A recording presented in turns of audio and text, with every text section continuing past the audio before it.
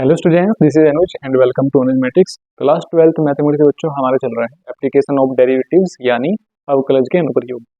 बच्चों पिछली क्लास में हमने एप्लीकेशन ऑफ डेरिवेटिव का यूज किया है एरिया और वॉल्यूम वगैरह फाइंड करने में। तो यहाँ पे बच्चों हम आज किसी भी फंक्शन का वर्धमान या ह्रासमान यानी इंक्रीजिंग और डिक्रीजिंग फाइंड करने में यूज करेंगे। चलिए बच्चे देखते हैं कैसे करना है। क्वेश्चन दिया है हमारे पास बच्चों कि सिद्ध कीजिए कि r पर यानी रियल नंबर्स पर f(x) इक्वल टू 3x + 17 निरंतर वर्धमान है यानी इंक्रीजिंग है। तो यहाँ पे बच्चों हम इसको कैसे दिखाएंगे, देखिए सॉल्यूशन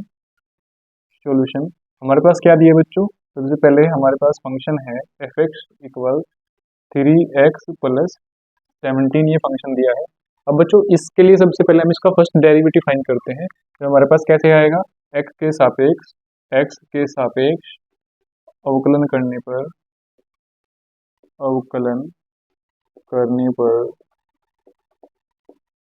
क्या हो जाएगा बच्चों, ये इसको हम f(x) को क्या लिखते हैं, मैंने आपको बताया था f'(x) और ये हो जाएगा बच्चों अवकलन करने पे क्या आएगा, सिर्फ इसमें इसका वेरिएबल है तो ये 3 आएगा बच्चों।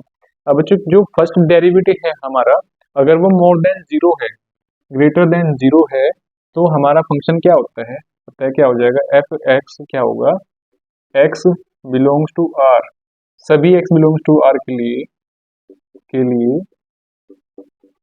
वर्धमान है बच्चों। बस इतना सा इसमें दिखाना है। और अगर आपका जो फर्स्ट डेरिवेटिव है वो बच्चों माइनस में आ जाए, ऋणात्मक आ जाए या 0 से छोटा कह सकते हैं, तो बच्चों वो क्या हो जाएगा, आपका ह्रासमान यानी डिक्रीजिंग हो जाएगा। एक और क्वेश्चन बच्चों इसमें देख लेते हैं। क्वेश्चन मान लीजिए आपके पास फंक्शन दिया है कोई e⁻²x, इसको चेक करने की वर्धमान है या ह्रासमान है। तो इसको कैसे करेंगे बच्चों, इसका भी डेरिवेटिव निकालेंगे।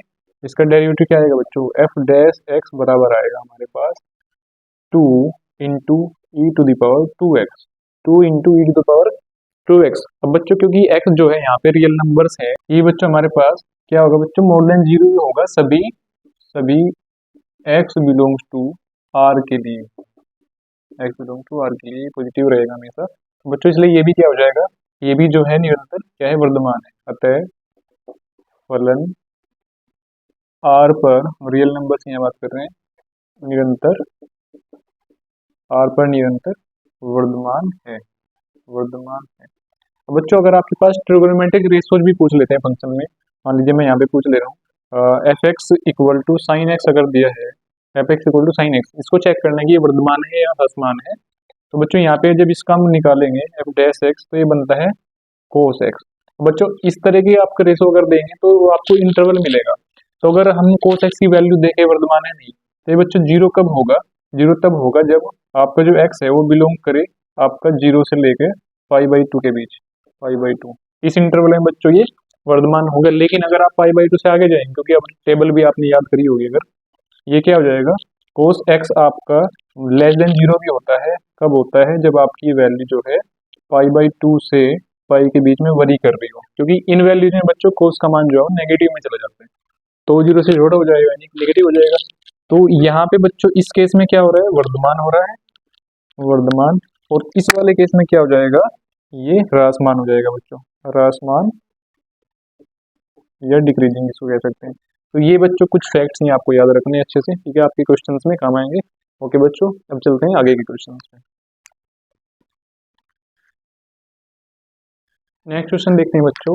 इसमें पूछ रहा है सिद्ध कीजिए कि y बराबर log 1 + x minus 2x upon 2 + x at condition x is greater than -1, x यहाँ पे -1 से बड़ा है, इन्होंने दिया है। तो अपने संपूर्ण प्रांत में ये जो फलन है एक वर्धमान फलन है, ये बच्चों में सिद्ध करना है। तो चलिए बच्चों करते हैं, इसको कैसे करेंगे सॉल्यूशन। सबसे पहले बच्चों जो हमारे पास फलन दिया है उसको लिख लेते हैं, y बराबर क्या दिया बच्चों इन्होंने, log 1 + x minus 2x upon 2 + x, ये बच्चों इन्होंने फलन दिया है। अब बच्चों हम इसका फर्स्ट डेरिवेटिव निकालेंगे, यानी कि इसका क्या करेंगे, x के सापेक्ष अवकलन करेंगे बच्चों, x के सापेक्ष अवकलन करने पर क्या मिलेगा बच्चों, y का क्या करेंगे, देखेंगे dy/dx इक्वल्स हो जाएगा बच्चों, log 1 + x का क्या होता है, अपॉन में बच्चों ये आ जाता है, यानी 1/1 + x हो जाएगा। माइनस, अब बच्चों ये फ्रैक्शन बन रहा है तो फ्रैक्शन का मैंने आपको फॉर्मूला बताया था, यहाँ पे जो आपका डिनोमिनेटर होता है वो आपका एच जाएगा, यानी कि हर आ गया ऊपर। फिर अंश का अवकलन होता है तो 2x का अवकलन बच्चों क्या हो जाएगा, यहाँ पे 2 हो जाएगा। ओके बच्चों, फिर माइनस आता है, फिर जो अंश हमारा है वो एच आता है, और हर का अवकलन करते हैं तो 2 प्लस एक्स, यहाँ पे क्या हो जाएगा, खाली 1, क्योंकि 2 का 0 हो गया, एक्स का 1 हो गया। ओके बच्चों, और हर का क्या होता है बच्चों, स्क्वायर होता है, 2 प्लस एक्स का स्क्वायर। ऑलराइट बच्चों, इसको सिंप्लीफाई करेंगे तो ये हमारे पास क्या होगा, 1/1 प्लस एक्स अभी एज इट इज, और माइनस ये 2 प्लस एक्स यहाँ पे क्या बन जाएगा बच्चों, 4, और ये हो जाएगा प्लस 2x, और ये minus 2x as it is. Alright बच्चों, नीचे क्या है, 2 प्लस एक्स का स्क्वायर। अब यहाँ पे 2x से 2x बच्चों कैंसिल हो रहा है, ठीक है बच्चों। अब जो 4 बच रहा है वो बच्चों इन दोनों का हम एलसीएम लेंगे, इसकी सीधी मल्टीप्लाई कर लेंगे, तो क्या हो जाएगा बच्चों, हमारे पास 1 प्लस एक्स, एलसीएम आएगा 2 प्लस एक्स स्क्वायर, ये एलसीएम आ गया बच्चों।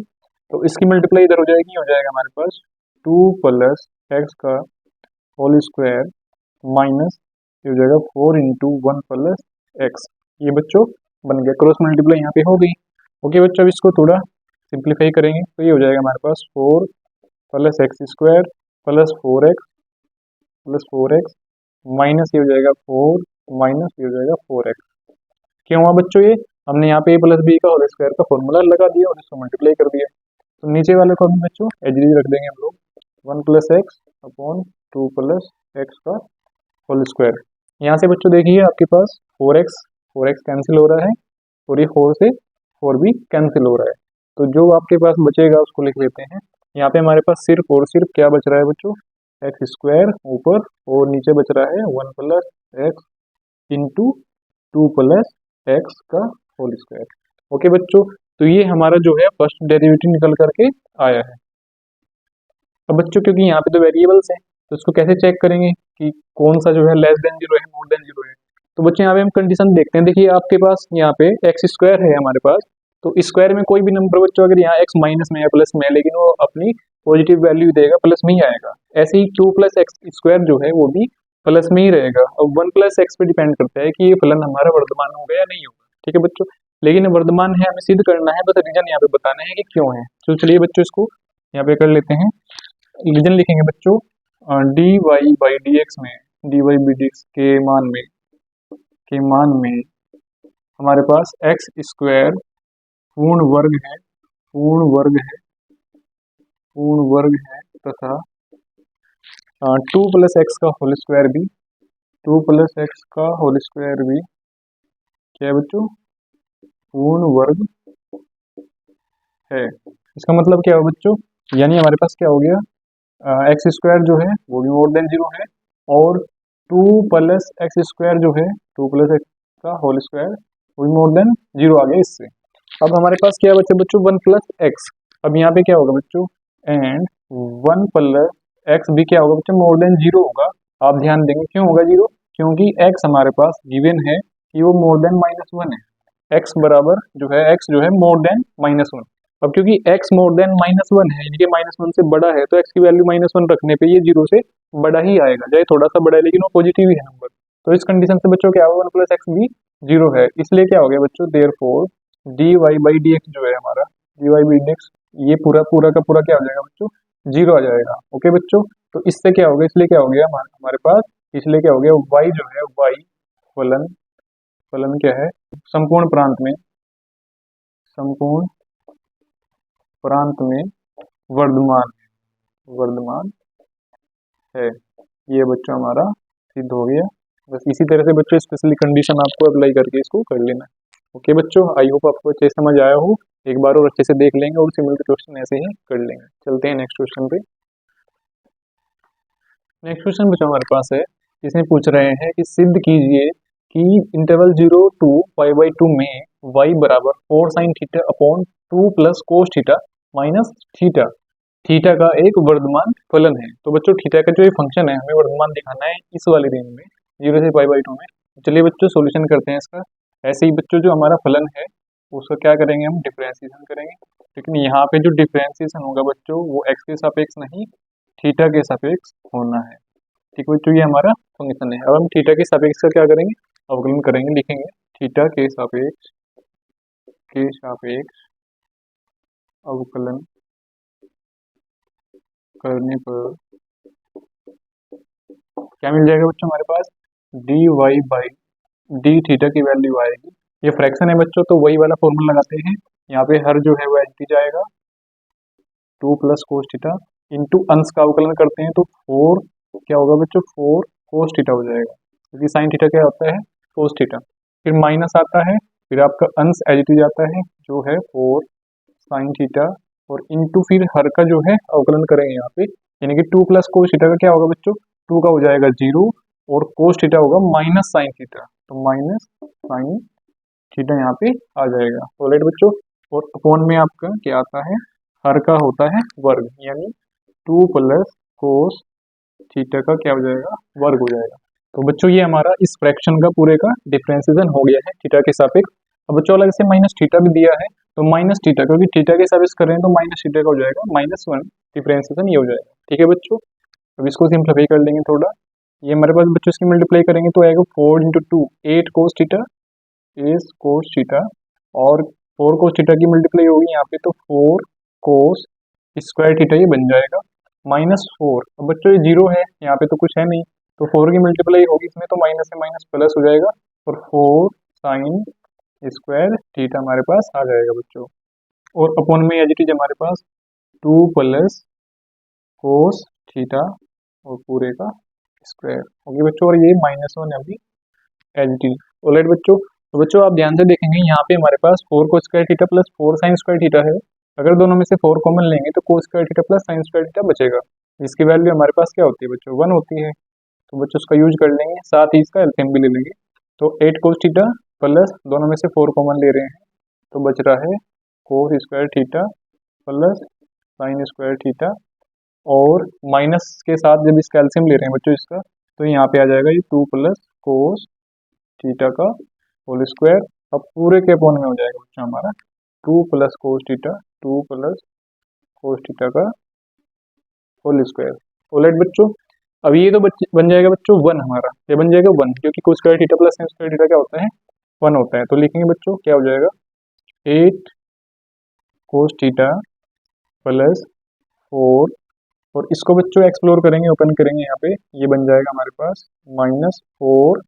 -4 बन गया, और माइनस कोस स्क्वायर थीटा, और फिर बनेगा -4 कोस थीटा, क्या बनेगा बच्चों, 4 कोस थीटा, क्योंकि 2ab वाला फॉर्मूला हमने यहाँ पे लगा दिया है। ओके बच्चों, और अपॉन में हो जाएगा हमारे पास 2 प्लस कोस थीटा का whole square as it is. अब बच्चों ये जो 4 बचा है यहाँ पे हमने क्या यूज किया था, यहाँ पे हमने लगाया क्योंकि cos square theta plus sine square theta equals 1 होता है, ये हमने यहाँ पे यूज किया प्रॉपर्टी। ओके बच्चों, अब यहाँ पे बच्चों आप देख रहे होंगे 4 से 4 कैंसिल हो रहा है, और 8 कोस थीटा में से 4 कोस थीटा जाएंगे तो 4 कोस थीटा हमारे पास बचेगा। तो बच्चों क्या बचेगा यहाँ पे, 4 कोस थीटा और माइनस कोस स्क्वायर थीटा, और अपॉन में बचेगा हमारे पास 2 प्लस कोस थीटा का होल स्क्वायर। तो राइट बच्चों, यहाँ से कोस थीटा हम कॉमन लेंगे,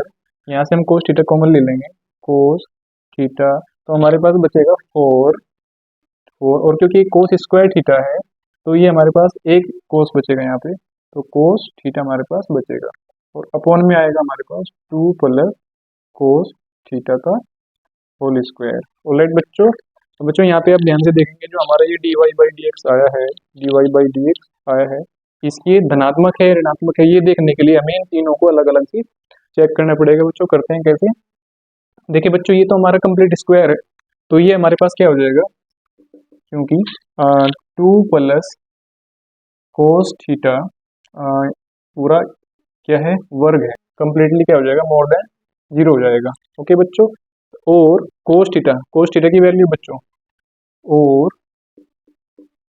और बच्चों कोस थीटा की वैल्यू भी क्या होगी हमारे पास, कोस थीटा भी हमारा क्या हो जाएगा बच्चों, कोस थीटा जो वरी करेगा वो इसके बीच में वरी करेगा बच्चों 0 से लेकर 1 तक, 0 से लेकर 1 तक बच्चों उसकी वैल्यू होती है, और इंटरवल इन्होंने हमें क्या दिया है 0 to π/2, यानी कि जो 0 है 0 रेख के छोड़ के इनके बीच की इसकी वैल्यू होगी, यानी कि 0 से बड़ी ही होनी है, वो थोड़ी सी बड़ी है लेकिन पॉजिटिव है।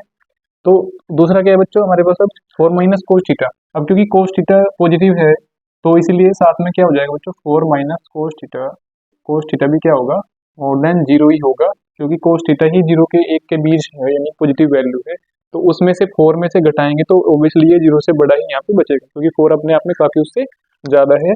इसलिए बच्चों क्या हो जाता है हमारे पास, ये जो हमारा डी वाई बाई थीटा है, सॉरी ये डी एक्स नहीं डी थीटा है, तो हमारे पास ये जो आया है कुल मिलाकर के क्या हो गया, इसीलिए D Y by D theta हो गया ग्रेटर देन जीरो।